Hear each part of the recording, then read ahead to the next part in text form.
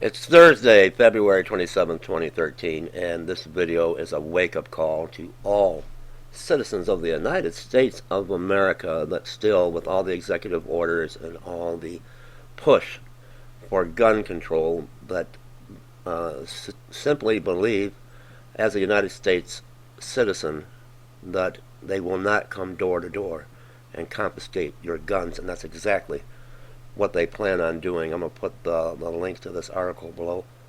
See, police confiscate guns from Americans. Now, is it possible or even imaginable that in the United States of America, police could go door to door and confiscate citizens' legally owned firearms? We're going to find out. I'm going to show you what is coming, what you're about to see. I'm going to put the link to this article below. I'm not going to read it. I want to go right to the videos here. It's already happened, and it's going to happen again. This is footage that has never been released by the media. Hi, I'm Thier, head of the National Rifle Association, and I'm here in New Orleans. And I'm going to show you for the next few minutes something that will shock you. And I guarantee you've never seen it before. Because it's something the big media companies in this country didn't show you. Because they said it would never happen. They said the government would never come into your home and confiscate your firearms. They said the government would always be there to protect you. You stay tuned and watch, because right now I'm going to show you the truth.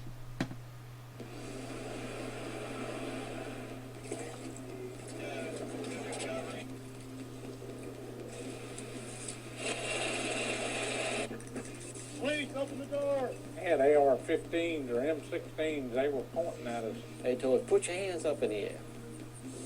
Let us see your hands. They're drawing down on me? And they let the looters run rampant for over a week? Are you kidding me? I really thought they were going to kill me. I really did. They didn't care what your rights were. They were going to deny. You're letting the folks get away with everything, and you're coming to honest, good citizens and taking away their protection, and it is wrong. Wrong. Wrong. But still, the order have been given for police and National Guard to go house to house, often with guns drawn, to evacuate residents and confiscate their firearms. No one will be able to be armed. We're going to take all weapons. It was a human drama with emotions and tensions running high. Patty Connie is still trying to recover physically and emotionally They really did a number on me. from the day police forced her from her home. It was traumatic. All of a sudden, they were banging on the front door, the side door, and the back door. And they said, let us in. Patty tried to explain. She was on dry land, she had plenty of food and water, and didn't want to abandon her dogs. But it didn't matter. If you see 6 or 8 police that look like linebackers pushing me in a corner, you're in shock. I'd say, look at all my food. I got plenty of food. They kept pushing me back, and ended up like this. Then, Patty showed them a small revolver she was carefully holding in the palm of her hand. A camera crew was there to capture what unfolded next. I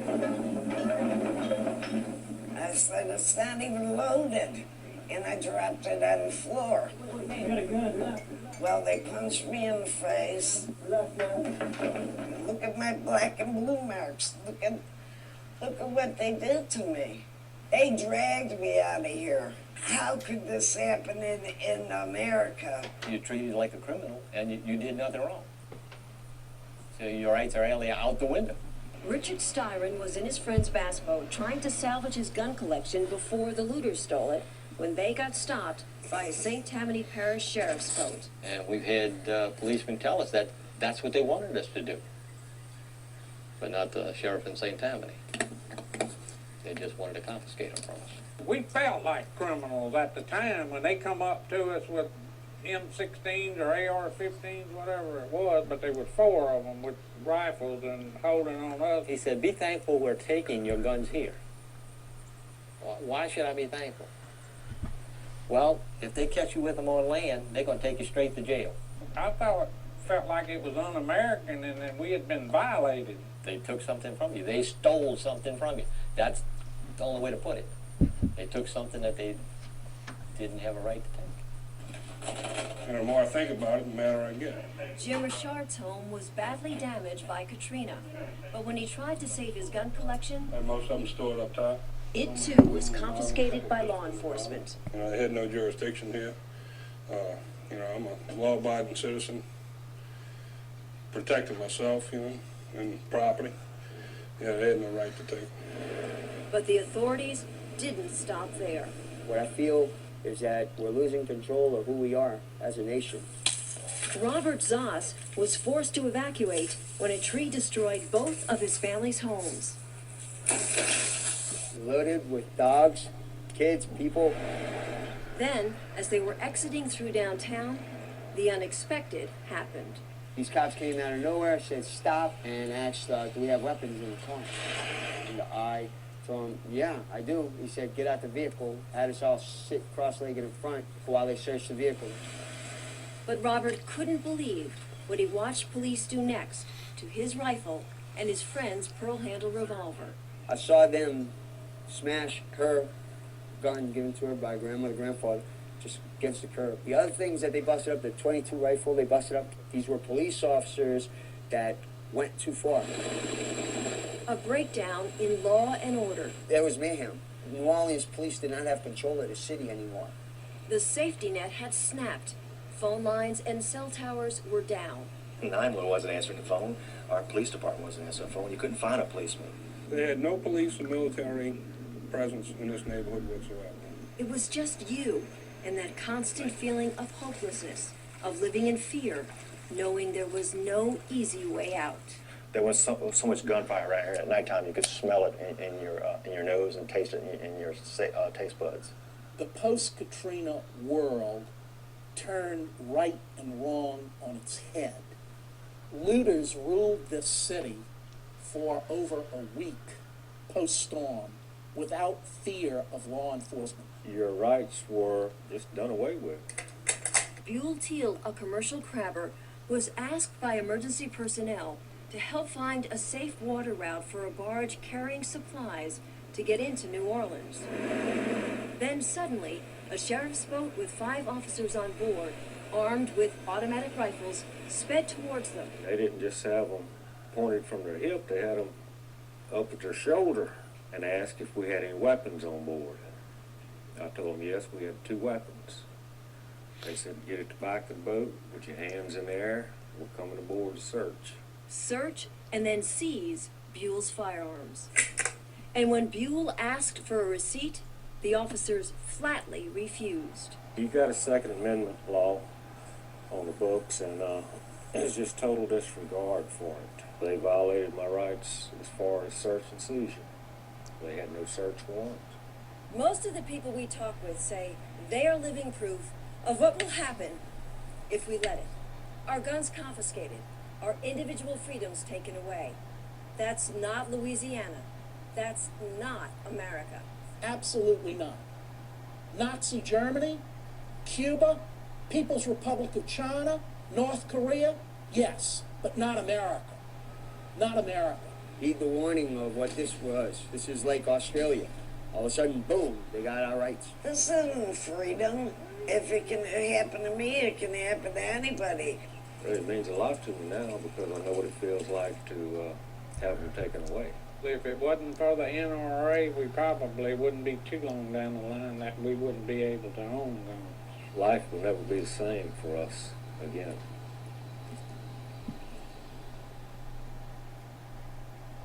Wherever you live, I want you to think about something right now. If I'd have been standing here 2 years ago and told these folks that a year from now the government would be coming into their house and taking their firearms away at a time when there was no 911 and no police protection at all, they might not have believed me. And yet it happened. And we're going to make sure it never happens again. So wherever you live, let's not get caught in the bind of what happened to these folks in New Orleans. Pick up the phone right now. Call the National Rifle Association. Join our organization. And I promise you, we'll protect your freedom forever. Call the NRA today. Join, renew your membership, upgrade your membership, or contribute to protect your gun rights. Call 1-877-NRA-2000. All right, let me go to this next video. We got a few more minutes left. I'm just trying to wake you up, America.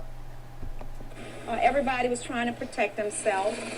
I was thinking of my life and my son's life. I was a victim. My family was a victim. And it's not going to happen again.